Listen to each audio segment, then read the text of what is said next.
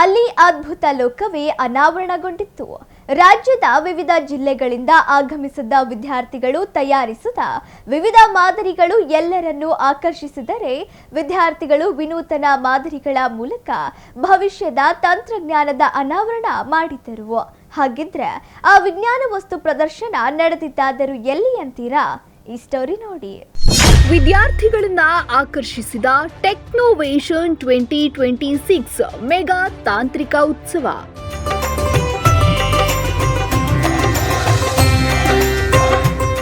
ದಾವಣಗೆರೆಯ ಜಿಎಂ ವಿಶ್ವವಿದ್ಯಾಲಯದಲ್ಲಿ ನಡೆದ ತಾಂತ್ರಿಕ ಉತ್ಸವ.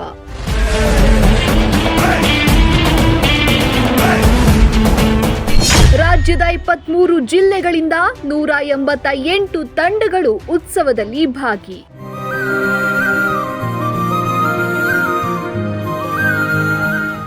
ತ್ಯಾಜ್ಯ ಪ್ಲಾಸ್ಟಿಕ್ನಿಂದ ತಯಾರಿಸಿದ ಪೇಪರ್ಸ್ಗಳು, ಸೌರಶಕ್ತಿ ಚಾಲಿತ ಬೀದಿ ದೀಪಗಳು, ಆಟೋಮೇಟೆಡ್ ಸೋಲಾರ್ ಟ್ರ್ಯಾಕಿಂಗ್, ನೆಲ ಸ್ವಚ್ಛಗೊಳಿಸುವ ರೋಬೋಟ್, ಅಂಧರಿಗೆ ಅನುಕೂಲವಾಗುವ ಜಾಕೆಟ್. ಹೌದು, ಇದೆಲ್ಲ ಜಿಎಂ ವಿಶ್ವವಿದ್ಯಾಲಯದಲ್ಲಿ ನಡೆದ ಟೆಕ್ನೋವೇಷನ್ 2026 ಮೆಗಾ ತಾಂತ್ರಿಕ ಉತ್ಸವದಲ್ಲಿ ಕಂಡುಬಂದ ಝಲಕ್ಗಳು.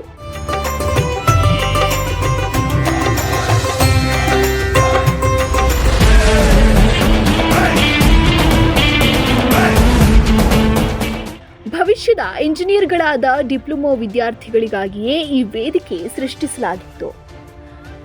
ದಾವಣಗೆರೆ, ಬೆಂಗಳೂರು, ಮೈಸೂರು, ಬೆಳಗಾವಿ ಸೇರಿದಂತೆ ರಾಜ್ಯದ 23 ಜಿಲ್ಲೆಗಳಿಂದ 188 ವಿದ್ಯಾರ್ಥಿಗಳ ತಂಡಗಳು ತಮ್ಮ ತಾಂತ್ರಿಕ ಪ್ರತಿಭೆಯನ್ನ ಇಲ್ಲಿ ಪ್ರದರ್ಶಿಸಿದ್ರು. ಪ್ರದರ್ಶನದಲ್ಲಿ ವಿದ್ಯಾರ್ಥಿಗಳು ತಯಾರಿಸಿದ ಮಾದರಿಗಳು ಎಲ್ಲರನ್ನ ಹುಬ್ಬೇರಿಸುವಂತೆ ಮಾಡಿದ್ದು, ಸಿವಿಲ್ ಇಂಜಿನಿಯರಿಂಗ್ ವಿದ್ಯಾರ್ಥಿಗಳು ತ್ಯಾಜ್ಯ ಪ್ಲಾಸ್ಟಿಕ್ ಬಳಸಿ ಪರಿಸರ ಸ್ನೇಹಿ ಪೇಪರ್ಸ್ ತಯಾರಿಸಿದರೆ, ತುರ್ತು ಸಂದರ್ಭದಲ್ಲಿ ಆಂಬ್ಯುಲೆನ್ಸ್ಗಳಿಗೆ ಆದ್ಯತೆ ನೀಡುವ RFID ಆಧಾರಿತ ಸ್ಮಾರ್ಟ್ ಟ್ರಾಫಿಕ್ ಕಂಟ್ರೋಲ್ ವ್ಯವಸ್ಥೆ ಎಲ್ಲರ ಗಮನ ಸೆಳೆಯಿತು.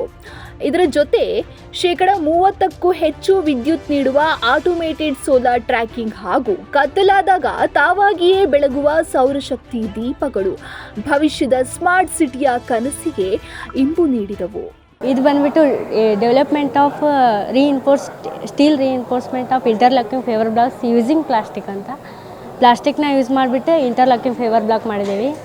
ಇಲ್ಲಿ ನಾವು ಪ್ಲಾಸ್ಟಿಕ್ ಜನ್ರೇಷನ್ ಭಾಳ ಆಗ್ತಾಯಿದೆ. ಅಂದ್ರೆ ಇಂಡಿಯಾದೊಳಗೆ 30,000 to 60,000 millions of plastic one ಡೇಗೆ ಪ್ಲಾಸ್ಟಿಕ್ ಜನ್ರೇಟ್ ಆಗ್ತಾಯಿದೆ. ಅದನ್ನು ನಾವು ರೀಸೈಕಲ್ ಮಾಡಬೇಕು. ಅದು 60% ಅಷ್ಟೇ ರೀಸೈಕಲ್ ಆಗ್ತಾಯಿದೆ, ಇನ್ನು 40% ಆಗೋದು. ಅದನ್ನು ನಾವು ರೀಸೈಕಲ್ ಮಾಡಿಬಿಟ್ಟು ನಾವು ಇಂಟರ್ಲಾಕಿಂಗ್ ಫೇವರ್ ಬ್ಲಾಕ್ ಮಾಡಿದ್ದೀವಿ. ಇಲ್ಲಿ ನಾವು ಪ್ಲಾಸ್ಟಿಕ್ ಮತ್ತು ಎಮ್ಸ್ ಆ್ಯಂಡ್ ಗ್ರಿಟ್ನ ಯೂಸ್ ಮಾಡಿಬಿಟ್ಟು ಬ್ಲಾಕ್ನ ಮಾಡಿದ್ದೀವಿ. 1:2:4 ರೇಷೋದ್ದು ಮಾಡಿದ್ದೀವಿ. ಅಂದರೆ ಪ್ಲಾಸ್ಟಿಕ್ನ ಫಸ್ಟ್ ಮೆಲ್ಟ್ ಮಾಡಿ ಅದಕ್ಕೆ ಗ್ರಿಟ್ ಮತ್ತು ಎಮ್ ಸ್ಯಾಂಡ್ ಮಿಕ್ಸ್ ಮಾಡಿ ಮೋಲ್ಡಿಗೆ ಹಾಕಿದ್ದೀವಿ. ಮೋಲ್ಡ್ ಸೈಜ್ ಬಂದುಬಿಟ್ಟು 30,000 16.2 mm² ಅಷ್ಟು ಮೋಲ್ಡ್ ಸೈಜ್. ಮತ್ತು ಅದ್ರದ್ದು ಥಿಕ್ನೆಸ್ ಬಂದುಬಿಟ್ಟು 60 mm ಸೈಜ್ ಥಿಕ್ನೆಸ್ ಇರ್ತೈತಿ. ಅದ್ರೊಳಗೆ ಫಸ್ಟ್ ನಾವು ಪ್ಲಾಸ್ಟಿಕ್ನ ಹೀಟ್ ಮಾಡಿಬಿಟ್ಟು ಅದಕ್ಕೆ ಎಮ್ ಸ್ಯಾಂಡ್ ಮತ್ತು ಗ್ರಿಟ್ನ ಮಿಕ್ಸ್ ಮಾಡಿದ್ದೀವಿ. ಮಿಕ್ಸ್ ಮಾಡಿ ಅದಕ್ಕೆ ಮೋಲ್ಡಿಗೆ ಹಾಕಿ ಅದಾದಮೇಲೆ 24 ಅವರ್ಸ್ ಆಗ್ಬಿಟ್ಲೆ 24 ಅವರ್ಸ್ ತನಕ ಕೂಲಿಂಗ್ ಮಾಡಿ ಆಮೇಲೆ ಅದನ್ನು ಡಿಮೋಲ್ಡ್ ಮಾಡಿದ್ದೀವಿ. ಅದಕ್ಕೆ ಕ್ಯೂರಿಂಗ್ ಅವಶ್ಯಕತೆ ಇರೋದಿಲ್ಲ. ಎಕ್ಸಿಬಿಷನ್ ಬಂದು ಪಾರ್ಟಿಸಿಪೇಟ್ ಮಾಡ್ತಾ ಇದ್ದೀವಿ. ಸೊ ನಾವು ಬಂದು ಒಂದು ರೋಬೋಟಿಕ್ ಆರ್ಮ್ನ ಬಂದು ಬಿಲ್ಡ್ ಮಾಡಿದ್ದೀವಿ. ಸೊ ಈ ರೋಬೋಟಿಕ್ ಆರ್ಮ್ ಬಂದು ಹ್ಯೂಮನ್ ಮಾಡೋ ಕೆಲಸನ ಬಂದು ಡಿಫಿಕಲ್ಟ್ ಕೆಲಸನ ಬಂದು ಈಸಿ ಮಾಡುತ್ತೆ, ಪಿಕ್ ಆ್ಯಂಡ್ ಪ್ಲೇಸ್ ಮಾಡುತ್ತೆ, ಮತ್ತು ಈ ಕಲರ್ ಸೆಗ್ರಿಗೇಷನ್ ಎಲ್ಲ ಮಾಡುತ್ತೆ. ಲೈಕ್ ಇವಾಗ ದೊಡ್ಡ ಪ್ಲೇಸಸಲ್ಲೆಲ್ಲ ಲೈಕ್ ಹ್ಯೂಮನ್ಸ್ ಮಾಡದೆ ಆಗಿರೋ ಜಾಗದಲ್ಲಿ ಬಂದು ಈ ರೋಬೋಟ್ಸ್ನ ರಿಪ್ಲೇಸ್ ಮಾಡಿದ್ರೆ ಈಸಿಯಾಗಿ ಮಾಡುತ್ತೆ ಕೆಲಸ. ಡಿಫಿಕಲ್ಟ್ ಕೆಲಸನ ಬಂದು ಈಸಿ ಮಾಡುತ್ತೆ. ಹೌದು, ತುಂಬ ಹೆವಿ ವೆಯ್ಟ್ಸು ಮತ್ತು ಇದು ಬಂದು 24/7 ವರ್ಕ್ ಮಾಡ್ಬೋದು. ಬಟ್ ಹ್ಯೂಮನ್ಸಿಗೆ ಬಂದು 12 ಅವರ್ಸ್ ಆ ಥರ ಡ್ಯೂಟಿ ಇರುತ್ತೆ. ಕೇವಲ ಮೂಲಸೌಕರ್ಯ ಮಾತ್ರವಲ್ಲದೆ ಗೃಹಿಣಿಯರ ಕೆಲಸ ಸುಲಭಗೊಳಿಸುವ ಆಟೋಮ್ಯಾಟಿಕ್ ನೆಲ ಸ್ವಚ್ಛಗೊಳಿಸುವ robot, 3D printed grand nut, ಅಂಧರಿಗೆ ಸಹಾಯವಾಗುವ ಜಾಕೆಟ್, ಮಾನವನಿಗೆ ಕಷ್ಟವಾದ ಕೆಲಸವನ್ನ ಸುಲಭವಾಗಿ ಮಾಡುವ ರೋಬೋಟ್ ಸೇರಿದಂತೆ ವಿವಿಧ ಮಾದರಿಗಳು ಎಲ್ಲರನ್ನ ಆಕರ್ಷಿಸಿದವು. ಇದರ ಜೊತೆಗೆ ಇಂದಿನ trend chat GPT prompt challenge, video generation concept challenge ಸೇರಿದಂತೆ ವಿವಿಧ ಮಾದರಿಗಳು ಎಲ್ಲರನ್ನ ಆಕರ್ಷಿಸಿದವು. ರಾಜ್ಯದ 23 ಜಿಲ್ಲೆಗಳಿಂದ 188 ತಂಡಗಳಲ್ಲಿ ಆಗಮಿಸಿದ ವಿದ್ಯಾರ್ಥಿಗಳು ತಮ್ಮ ಮಾದರಿಗಳನ್ನು ಪ್ರದರ್ಶಿಸುವ ಮೂಲಕ ತಮ್ಮಲ್ಲಿನ ಪ್ರತಿಭೆ ಅನಾವರಣಗೊಳಿಸಿದರು. ನಾವು ಮಾಡಿರೋ ಪ್ರಾಜೆಕ್ಟ್ ಬಂದ್ಬಿಟ್ಟು CNC 2D ಸರ್ಫೇಸ್. ಇದು ನಮಗೆ ಯಾವ ಥರ ಯೂಸ್ ಆಗುತ್ತೆಪ್ಪ ಅಂದರೆ ನಮಗೆ ಯಾವುದಾದ್ರು ಡಿಸೈನ್ ಮಾಡೋಕ್ಕಾಗುತ್ತೆ. ನಾವು ನಾರ್ಮಲ್ ಟೈಮಲ್ಲಿ ನಾವು ಕೈಯಲ್ಲಿ ಮಾಡಬೇಕು ಅಂದರೆ ಅಕ್ಯುರೇಟ್ ಸಿಗಲ್ಲ, ಬಟ್ ನಾವು ಇದ್ರ ಮಾಡೋದ್ರಿಂದ ನಮಗೆ ಫುಲ್ ಅಕ್ಯುರೇಟಿ ಆಗಿರುತ್ತೆ. ಇನ್ನೊಂದು ನಾವು ಕಾಲೇಜಲ್ಲಿ ನಮ್ಮ ಪ್ರಾಜೆಕ್ಟಿಗಾದರೂ ಯಾವುದಕ್ಕಾದ್ರೂ ಮಾಡ್ಬೋದು, ಆ ಪರ್ಪಸಲ್ಲಿ ಯೂಸ್ ಮಾಡ್ಬೋದು. ಇನ್ನು ಇದು ಹೈ ಕಾಸ್ಟ್ ಆಗುತ್ತೆ ಸರ್, ನಾರ್ಮಲಾಗಿ ಸಣ್ಣದಾಗಿ ಮಾಡೋಕ್ಕಾಗಲ್ಲ, ಹೈ ಕಾಸ್ಟಲ್ಲಿ ಇದು ಮಾಡ್ತಿದ್ದೀವಿ. ಇದು ಪ್ರಾಜೆಕ್ಟ್ ಬಂದುಬಿಟ್ಟು ತುಂಬ ಹೆಲ್ಪ್ ಇದೆ. ಈಗ ನಮ್ಮ ಜನ್ರೇಷನ್ನಿ ನೆಕ್ಸ್ಟಿಗೆ ನಾವು ಯಾವುದೇ ಡ್ರಾಯಿಂಗ್ ಆದರೂ ಕೈಯಲ್ಲಾದರೂ ಫುಲ್ ಅಕ್ಯುರೇಟ್ ಬರೋದಿಲ್ಲ ಸರ್, ಬಟ್ ಇದನ್ನು ಯೂಸ್ ಮಾಡೋದ್ರಿಂದ ಫುಲ್ ಅಕ್ಯುರೇಟ್ ಆಗಿರುತ್ತೆ. ಡಿಸೈನಿಂಗ್ ಪರ್ಪಸ್ ಮಾಡ್ಬೋದು, ಯಾವುದಾದ್ರು ಆರ್ಟ್ ಮಾಡ್ಬೋದು, ಯಾವುದಾದ್ರೂ ನಾವು ಕೊಡಿ ಸರ್ ಅಕ್ಯುರೇಟಾಗಿ ಫುಲ್ ಡಿಸೈನ್ ಮಾಡಿ ಕೊಡುತ್ತೆ ಸರ್. ಹಾಂ ಸರ್. ಸರ್ ಇಲ್ಲಿ ನಮ್ಮ ನಾರ್ಮಲ್ ಕಾಲೇಜಲ್ಲಿ CNC ಅಂತ ಇದೆ ಸರ್, ಬಟ್ ಅದು 3D ಸರ್ಫೇಸು, ಬಟ್ ಅದು ನಾವು ಕ್ಯಾಡಾಗಿ ಡಿಸೈನ್ ಮಾಡಿ ಅದನ್ನ ಮಾಡ್ಬೇಕು ಸರ್. ಬಟ್ ನಮಗೂ ರೈಟಿಂಗಲ್ಲಿ ಮಾಡ್ಬೋದಲ್ಲ, ನಮಗೆ ಎಲ್ಲ ಟೈಮ್ನಾಗೂ ನಾವು ಒಂದು ವರ್ಕ್ ಪೀಸ್ ಮೇಲೆ ಮಾಡೋಕ್ಕಾಗಲ್ಲ, ನಾವು ಒಂದು ಪೇಪರ್ ಮೇಲೆ ಮಾಡೋಣ, ಆ ಆರ್ಟಲ್ಲಿ ಮಾಡಬೇಕು, ಡಿಸೈನ್ ಮಾಡಬೇಕು ಅನ್ನೋದನ್ನು ಬಂತು. ಆ ಟೆಕ್ನಾಲಜಿ ಮೇಲೆ ಮಾಡಿದ್ದು ನಾನು ಇದನ್ನ. ಡಿಪ್ಲೊಮಾ ವಿದ್ಯಾರ್ಥಿಗಳಲ್ಲಿ ಅಡಗಿರುವ ತಾಂತ್ರಿಕ ಕೌಶಲ್ಯವನ್ನು ಹೊರತರಲು GM ವಿಶ್ವವಿದ್ಯಾಲಯದಲ್ಲಿ ನಡೆದ ಟೆಕ್ನೋವೇಷನ್ 2026 ಮೆಗಾ ತಾಂತ್ರಿಕ ಉತ್ಸವ ಉತ್ತಮ ವೇದಿಕೆಯಾಗಿತ್ತು.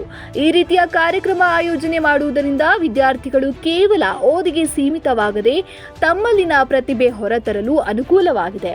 ವಿದ್ಯಾರ್ಥಿಗಳು ತಯಾರಿಸಿದ ಮಾದರಿಗಳಿಗೆ ಉತ್ತಮ ಪ್ರೋತ್ಸಾಹ ಸಿಕ್ಕರೆ ದೊಡ್ಡ ಮಟ್ಟದಲ್ಲಿ ಅವುಗಳನ್ನು ಆವಿಷ್ಕರಿಸಲು ಅನುಕೂಲವಾಗಲಿದೆ ಎನ್ನುತ್ತಾರೆ ಉಪನ್ಯಾಸಕರು. ಈಗ ಇಂಜಿನಿಯರಿಂಗ್ ಅನ್ನೋದು ಡಿಪ್ಲೊಮಾಯಿಂದನೇ ಸ್ಟಾರ್ಟ್ ಆಗುತ್ತೆ, ಬರೀ ಹೈಯರ್ ಎಜುಕೇಷನ್ಸ್ BTECಿಂದ ಏನು ಆಗಬೇಕಂತ ಇಲ್ಲ.